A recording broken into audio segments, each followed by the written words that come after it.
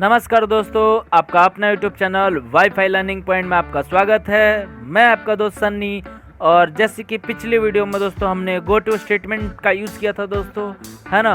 उसका जितना भी यूज़ था दोस्तों हमने आपको यूज़ करके बताया था, ठीक है। और हमने अब तक का जितना भी हमारा कंट्रोल फ्लो था दोस्तों, है ना, जो हमारा जैसे कि जितने भी लूप था, जैसे डू वाइल लूप था, ठीक है दोस्तों, वाइल लूप था, फोर लूप था, राइट। तो ये सब हमने किया था। उसके बाद ब्रेक भी किया था, उसके बाद कंटिन्यूस स्टेटमेंट भी किया था, राइट। हमारा लास्ट वाला गो टू था, ठीक है ना। तो आज की इस वीडियो में दोस्तों अब हम फंक्शन स्टार्ट करेंगे दोस्तों कि फंक्शन क्या होता है अपने सी प्रोग्रामिंग के अंदर, राइट। ओके, तो चलिए दोस्तों वीडियो को शुरू करते हैं। ओके दोस्तों, तो बात करते हैं अपना फंक्शन, ठीक है दोस्तों। आपको स्क्रीन पे आपको फंक्शन का डिफिनीशन दिख रहा होगा दोस्तों कि फंक्शन होता क्या है। बहुत सिंपल लैंग्वेज, बहुत सरल हमारा जो इसमें वर्ड यूज़ किया हमने, बहुत इजी लैंग्वेज है, ठीक है ना दोस्तों। आप इसका वर्ड देखोगे तो आप पढ़ोगे तो ये बिल्कुल आपको समझ में आएगा दोस्तों, राइट।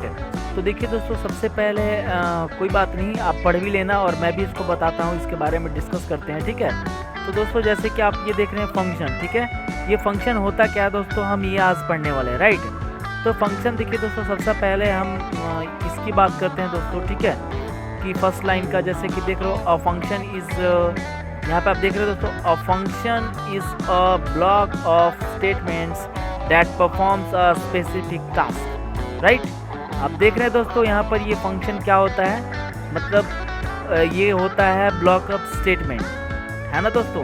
फंक्शन क्या होता है, ब्लॉक ऑफ स्टेटमेंट होता है जो हम अपने वर्क को कराने के लिए, ठीक है ना, जो हम एप्लीकेशन को, जो भी हम लॉजिक डालते हैं या फिर कुछ भी कोडिंग करते हैं दोस्तों, तो वो सारा हमारा ब्लॉक ऑफ स्टेटमेंट होता है, राइट। ओके दोस्तों, तो ये ब्लॉक ऑफ स्टेटमेंट है दोस्तों। आप कर्ली ब्रैकेट के अंदर लिखते हैं जितना भी चीज़ है ना, वो सारा स्टेटमेंट होता है, राइट। अब बात ये दूसरी लाइन की दोस्तों, ठीक है।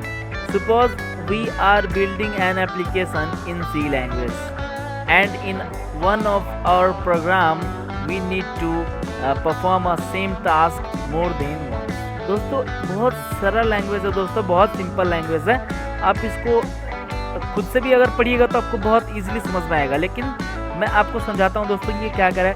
सपोज कीजिए दोस्तों कि इस लाइन का मतलब ये हुआ दोस्तों, सपोज कीजिए कि आप एक एप्लीकेशन बना रहे हैं सी लैंग्वेज के अंदर, राइट।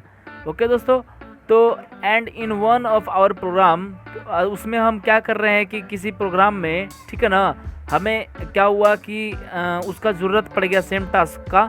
जैसे हमने जो कोडिंग किया दोस्तों, उसी कोडिंग का आपके जो आप प्रोग्राम कर रहे हैं उसमें क्या हो रहा है, कहीं उसी कोडिंग का ज़रूरत पड़ गया, राइट। तो आप क्या करेंगे, उसको दोबारा टाइप करेंगे दोस्तों, है ना। फिर आपका जो टाइम है वो ज़्यादा मतलब उसमें कंज्यूम हो जाएगा, और दोस्तों आपका जो कोडिंग का जो दोस्तों लेंथ है वो ज़्यादा हो जाएगा दोस्तों, राइट। तो उसका मतलब यही हुआ दोस्तों कि मतलब एक बार से ज़्यादा उसी कोड को यूज़ करने के लिए हम फंक्शन का यूज़ करते हैं, राइट। अब तीसरा लाइन है दोस्तों, in that case we have to create a function to perform that task and we can call it any time when we need to perform that task, right. दोस्तों यहाँ पर इसका मतलब ये है दोस्तों कि सपोज कीजिए कि जैसे कि मान लीजिए हम एक फंक्शन क्रिएट किए दोस्तों, ठीक है, एक फंक्शन क्रिएट किए दोस्तों, और मतलब किसी टास्क को कंप्लीट करने के लिए, ठीक है ना, किसी टास्क को करने के लिए, and we can call it any time, मतलब जो हमने फंक्शन किया है दोस्तों, हमने जो फंक्शन बनाया है, फंक्शन डिफाइन किया है, राइट, और उसमें हमने जो कोडिंग किया है, ठीक है ना, तो उस परफॉर्मेंस को दोबारा कराने के लिए मतलब हम उस प्रोग्राम में कहीं भी उस फंक्शन को कॉल कर सकते हैं। जो हमने कोडिंग किया है जिस फंक्शन में, उस फंक्शन को हम दोबारा कॉल कर सकते हैं दोस्तों, राइट। इसका मतलब यही हुआ, ठीक है ना। और when we need to perform that task, मतलब ऐसे ही आप कॉल नहीं कीजिएगा दोस्तों, जैसे कि आप उस कोड का, जैसे सपोज कीजिए कि आपने क्या किया, एक प्रोग्राम कर रहे हैं, और जैसे कि सपोज कीजिए कि C is equal to A plus B, ठीक है, सेमी कॉलन, ये कुछ मतलब इस टाइप का आपने कोडिंग किया है, ठीक है, प्रिंटफ वगैरह सब लगा रखा उसमें, ठीक है ना। अब उसी सेम कोड को आप दोबारा कहीं और प्रिंट कराना चाह रहे हैं, राइट, उसी टास्क को दोबारा कराना चाह रहे हैं दोस्तों, ठीक है। तो क्या करेंगे आप, वहाँ पे आप कोडिंग तो करेंगे नहीं वो सेम, तो क्या करना है दोस्तों, उस जगह पे आप फंक्शन का यूज़ कर सकते हैं दोस्तों। ठीक है, हम फंक्शन का यूज़ करना सीखेंगे दोस्तों, कोई दिक्कत वाली बात नहीं है। अभी मैं फंक्शन से इंट्रोड्यूस करा रहा हूँ कि हमारे सी लैंग्वेज के अंदर होता क्या है, राइट दोस्तों।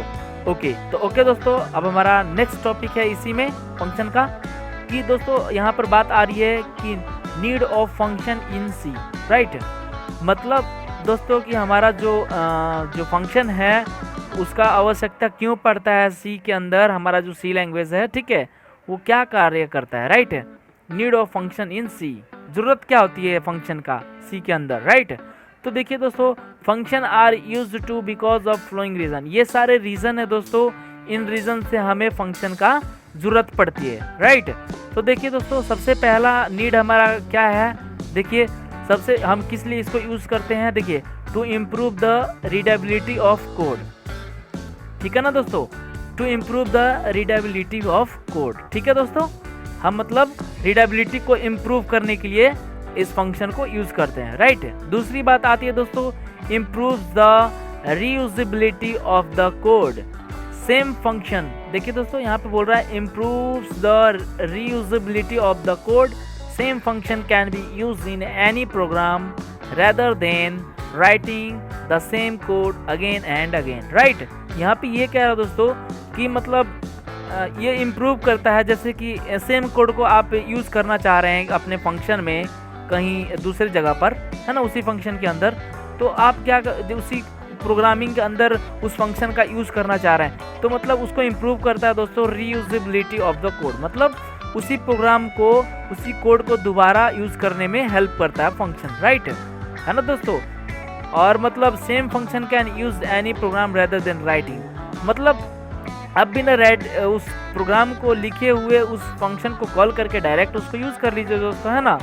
अगर आप the same code again and again, मतलब वही है बात दोस्तों यहाँ पर कि कोई आपने कोडिंग किया है तो उसको दोबारा आपको लिखने की ज़रूरत नहीं पड़ेगी, राइट। अगर आप फंक्शन क्रिएट करते हैं दोस्तों, अगर आपका उस कोड का कहीं पे ज़रूरत पड़ गया उस प्रोग्राम के अंदर, तो आप फंक्शन कॉल करके उसको यूज़ कर सकते हैं, राइट। अब बात आती है दोस्तों debugging of the code would be easier if you use function as errors are easy to be traced। Suppose कीजिए दोस्तों आपने क्या किया कि एक फंक्शन क्रिएट किया दोस्तों, राइट, और एक प्रोग्राम बना रहे हैं, तो जैसे कि आप प्रोग्राम में जैसे कि आपने फंक्शन का यूज़ किया दोस्तों, कॉल किया कहीं पे, ठीक है। अगर दोस्तों अगर कहीं पे क्या होता है कि हमारा जो एरर भी आता है दोस्तों, तो ये क्या होता है दोस्तों, हम बहुत जल्दी उसको ट्रेस कर लेते हैं, राइट, है ना दोस्तों, एरर को, है ना दोस्तों। तो वही है दोस्तों। और चौथा पॉइंट है दोस्तों क्या है, reduce the size of code, मतलब ये क्या करता है दोस्तों, जो हमारा प्रोग्राम का जो कोड होता है उसका जो साइज है दोस्तों, वो क्या करता है, ये छोटा कर देता है ना। जैसे कि सपोज कीजिए दोस्तों, हम जो कोड अभी कर रहे थे, पहले मैं ऐसे ही बता रहा हूँ दोस्तों, है ना, जैसे कि हम कोई कोड किए हुए हैं, उस कोड को हमें दोबारा कहीं यूज़ करना है प्रोग्राम के अंदर, तो वो तो डुप्लीकेट हो जाएगा, डुप्लीकेट सेट ऑफ स्टेटमेंट, है ना।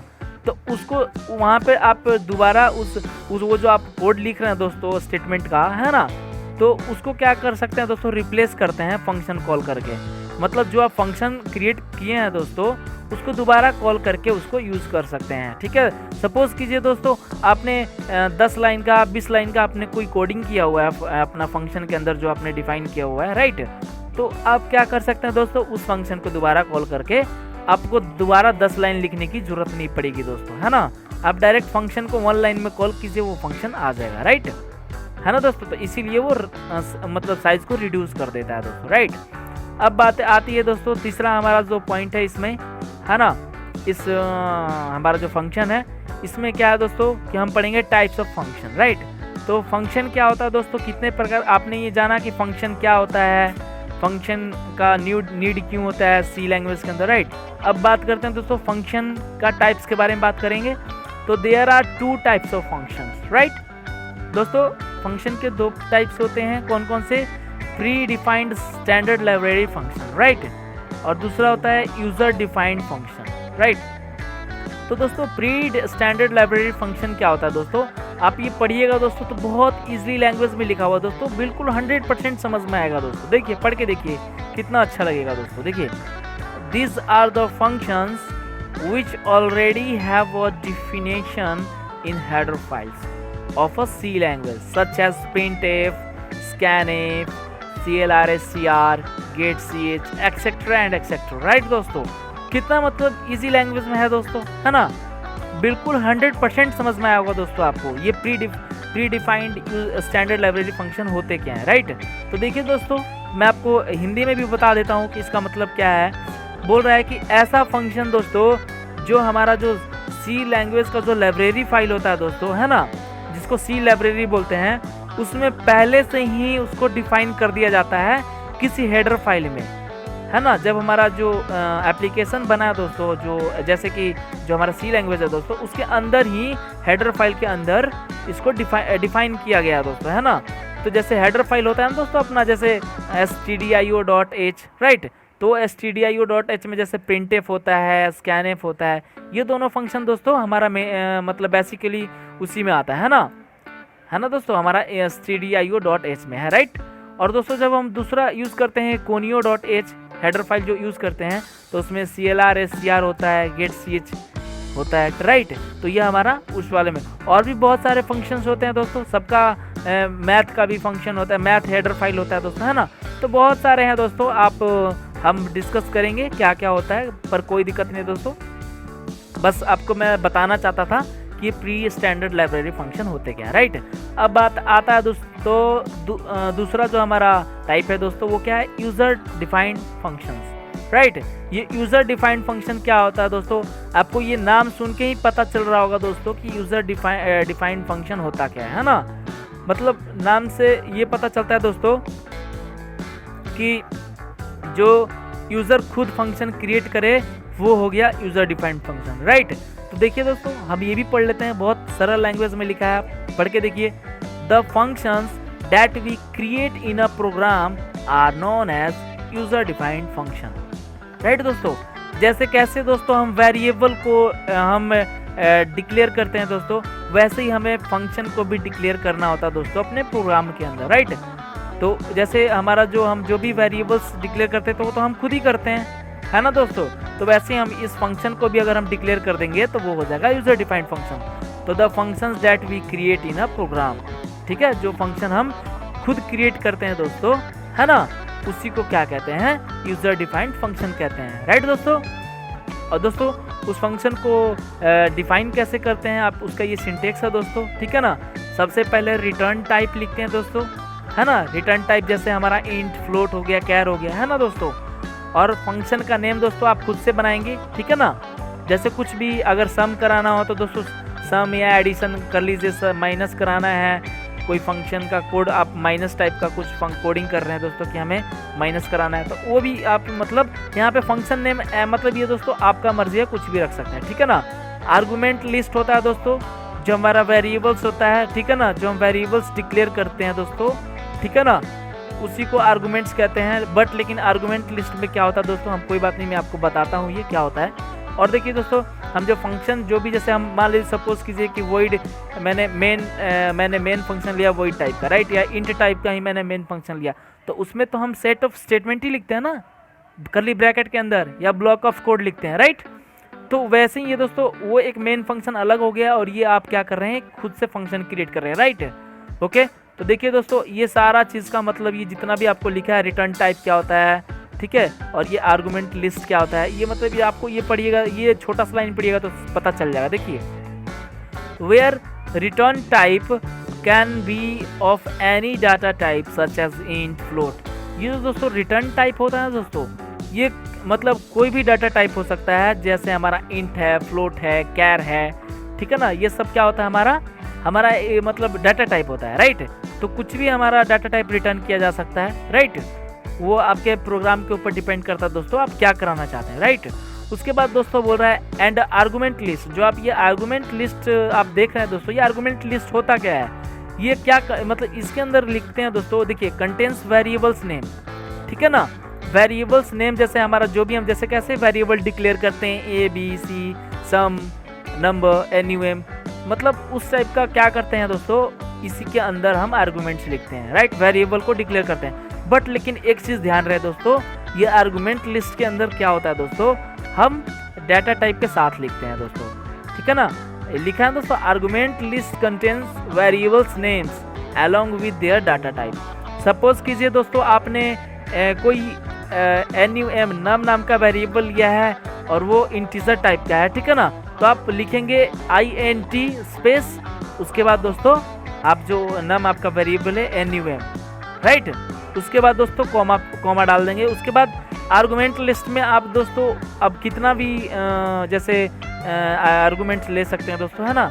इनको पैरामीटर भी, इनको जैसे कि आपका जैसे क्या कहते हैं दोस्तों, ऐसे कह सकते हैं, इनको पैरामीटर भी बोल सकते हैं, राइट। इनको पैरामीटर भी आप बोल सकते हो, है ना दोस्तों। आर्गुमेंट लिस्ट को पैरामीटर भी आप बोल सकते हैं, राइट।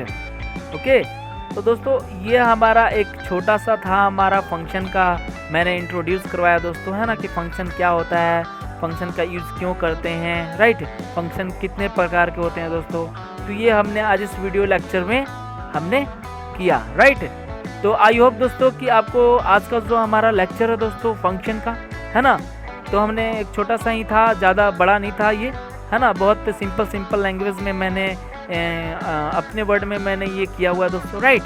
तो दोस्तों मैंने आपको समझाने के लिए ही, अगर आपका थ्योरी का कोई सब्जेक्ट है, मतलब एग्ज़ाम देना चाहते हैं, तो ये इस टाइप का जो आप वहाँ पे जो भी थ्योरी है, थ्योरी में आप जो भी लिखेंगे, राइट, ये सब वर्डिंग आप यूज़ कर सकते हैं दोस्तों, राइट। कोई दिक्कत नहीं दोस्तों, ओके। बहुत इजी लैंग्वेज में लिखा है, अपने लैंग्वेज में भी आप बना के लिख सकते हैं दोस्तों, ओके। तो आई होप दोस्तों कि ये आज का टॉपिक आपको 100% क्लियर तो हो ही गया होगा, राइट दोस्तों। अब हम अगले वीडियो लेक्चर में दोस्तों हम इसका प्रोग्राम भी करेंगे, ठीक है दोस्तों। और भी मतलब ये जो हम अब ये सब तो आपको ऑलरेडी यूज़ करना आता है दोस्तों, printf का, scanf, clrs, sergets, आपने इन सब का यूज़ करके देखा हुआ है, राइट।